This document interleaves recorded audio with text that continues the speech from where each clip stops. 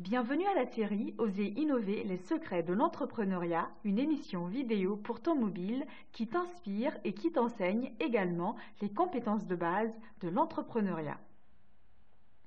Ce programme est réalisé par l'ONG Agidep Sisa Kindia en collaboration avec le mouvement Oser innover et le financement de l'ambassade des États-Unis en Guinée. Maintenant, nous allons voir la suite de l'étape 4 de l'étude de faisabilité portant sur la fixation du prix et l'estimation du chiffre d'affaires.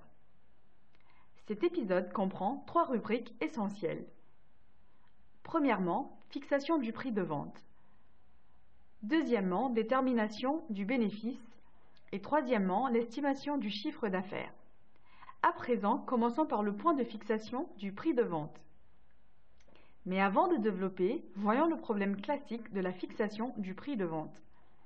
Soit l'entrepreneur fixe un prix trop élevé, et dans ce cas, pas de client, ou l'entrepreneur fixe un prix très bas, et là aussi, il risque de perdre de l'argent parce qu'il ne couvrira pas le prix unitaire par produit.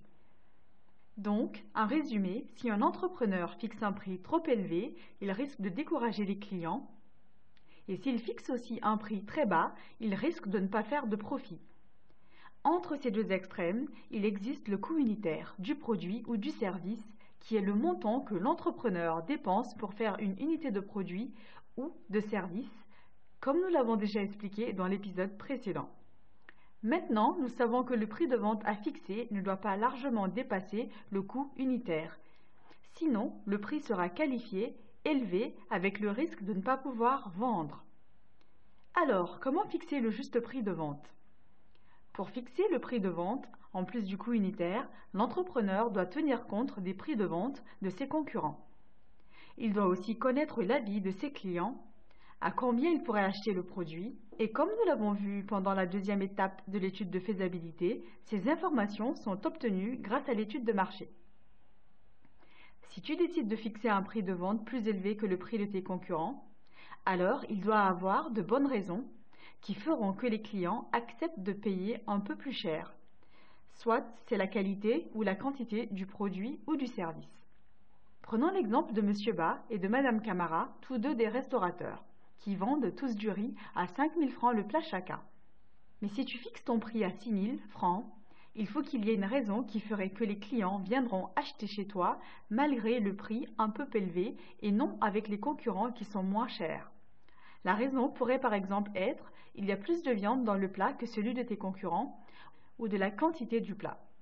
En somme, on fixe le prix par rapport au prix des concurrents. Le pouvoir d'achat des clients et surtout ton prix de vente doit obligatoirement être un peu plus élevé que le coût unitaire. Voyons à présent le point 2 de cet épisode. Nous allons voir comment calculer le bénéfice unitaire. Pour calculer le bénéfice unitaire, il suffit de faire la différence entre le prix de vente d'une unité d'un produit et le coût unitaire. En définition, le bénéfice, c'est le montant obtenu après avoir déduit le coût unitaire du prix de vente. Par exemple, le coût unitaire pour faire un plat de riz, selon notre exemple, est de 4 800 francs. Et le prix de vente du plat de riz est de 6 000 francs. Donc, le bénéfice unitaire réalisé sera de 1 200 francs, c'est-à-dire 6 000 moins 4 800 francs. Également, pour déterminer le bénéfice mensuel, il suffit de multiplier le bénéfice unitaire par le nombre de produits vendus par mois, ce qui va nous donner un bénéfice mensuel de 3 120 000 francs. Nous pouvons utiliser le même procédé de calcul pour déterminer le bénéfice hebdomadaire ou journalier. Abordons enfin le point 3, comment calculer le chiffre d'affaires. Un chiffre d'affaires est le total des ventes de l'entreprise sur une période. Il est exprimé en unités monétaires. À titre d'exemple, calculons le chiffre d'affaires mensuel du restaurant. Il s'agit de multiplier le nombre de produits vendus par mois par le prix de vente. Pour notre exemple, c'est 6 000 francs multipliés par 2 600 plats, ce qui donne 15 600 francs. Donc, ce montant représente le chiffre mensuel du restaurant. C'est l'ensemble des ventes du restaurant sur un mois.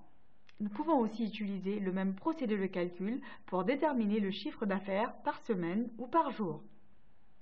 En résumé, au cours de cet épisode, nous avons appris comment fixer le prix de vente, comment déterminer le bénéfice unitaire, journalier, hebdomadaire et mensuel. Aussi, comment estimer le chiffre d'affaires par mois, par semaine et par jour. Et voici la fin de cet épisode et nous t'encourageons à t'exercer pour bien comprendre cet épisode des secrets de l'entrepreneuriat. L'épisode prochain, nous allons voir l'analyse FMOM.